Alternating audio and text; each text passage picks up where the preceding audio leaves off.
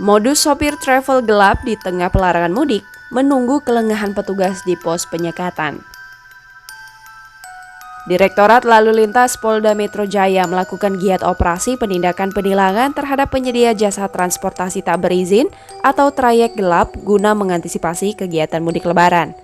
Direktur Lalu Lintas Polda Metro Jaya Kombes Pol Sambodo Purnomo Yugo mengatakan pihaknya telah mengamankan setidaknya 115 kendaraan yang terbukti menawarkan jasa kepada penumpangnya untuk bepergian ke berbagai daerah. Adapun kata Sambodo, kegiatan patroli tersebut sudah mulai dilakukan sejak Selasa 28 April 2021. Sambodo menuturkan dari 115 kendaraan tersebut perinciannya yakni kendaraan jenis minibus atau elf sebanyak 64 unit dan mobil penumpang perorangan sejumlah 51 unit.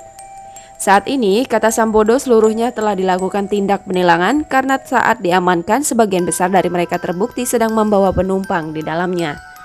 Beberapa daerah yang menjadi tujuan dari penyedia layanan transportasi gelap ini, yakni antara lain Jawa Barat, Jawa Tengah, Jawa Timur, hingga tujuan Lampung. Dalam praktiknya, para penyedia jasa transportasi tak berizin itu memberikan harga yang lebih mahal kepada para penumpangnya, tergantung dari jarak tempuh dan tujuan.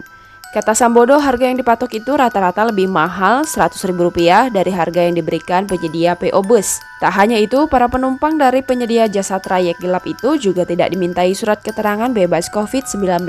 Padahal, kata Sambodo, jika disesuaikan dengan persyaratan dari Satgas COVID-19, setiap penumpang yang naik maupun turun di terminal harus menunjukkan setidaknya hasil swab atau genose.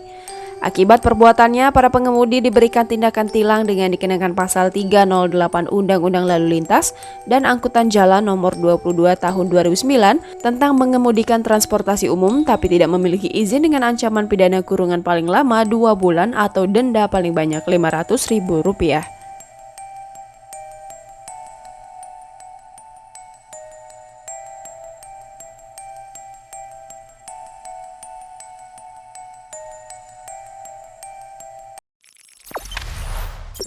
Jangan lupa subscribe, share, komen, dan like ya!